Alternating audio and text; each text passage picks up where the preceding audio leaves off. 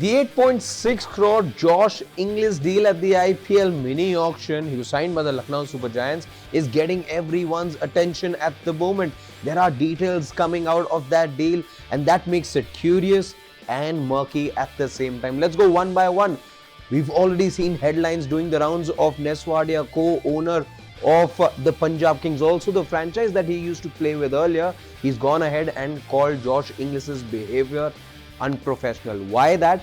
I'll come to you in just a bit. But what happened in the lead up to the auction is something we need to first understand. It was only 45 minutes prior to the deadline hour that the Australian had conveyed to his previous franchise, PBKS, that he will be available only for a couple of weeks and he doesn't perhaps wish to come back to the IPL after he gets married. Perhaps on the 18th of April is the date that he communicated.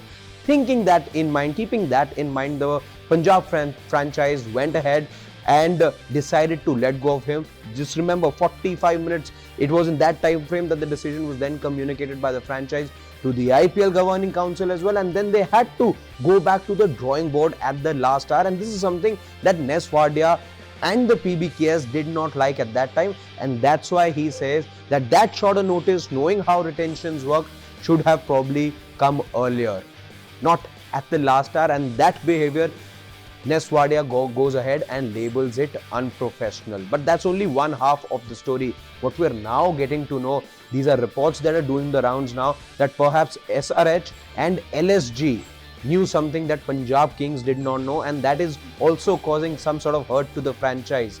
There is a Justin Langer who leads as far as the backroom staff is concerned at Lucknow Super Giants. You've got Dan Vittori in charge of the Sunrisers Hyderabad. These are two franchises that had gone for the Australian. There was a bidding war that we saw. Josh Inglis went unsold to begin with. There was a bidding war between these two franchises, and for a player that was unsold in the first round of auction, goes ahead and bags a sweet, plum 8.6 crore deal. And this is where Punjab feel that perhaps there are talks that have happened behind closed doors that they may not be aware of. There are certain reports also suggesting that the fact that there's an Australian and a Kiwi over there who know much more about Josh Inglis than Punjab Kings knew or were told by the player concerned.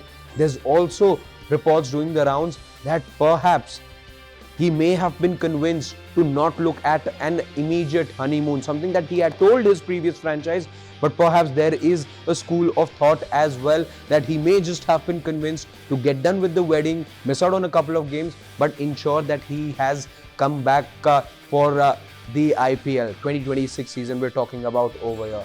So it is a curious case. Josh Inglis says he was also having a very close watch of on the IPL auction.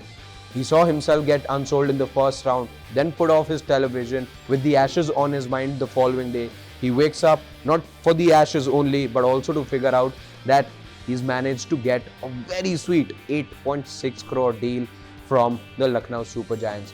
What do you have to say about this? I look forward to your thoughts in the comment section, and don't forget to like, share and subscribe to Sports Today.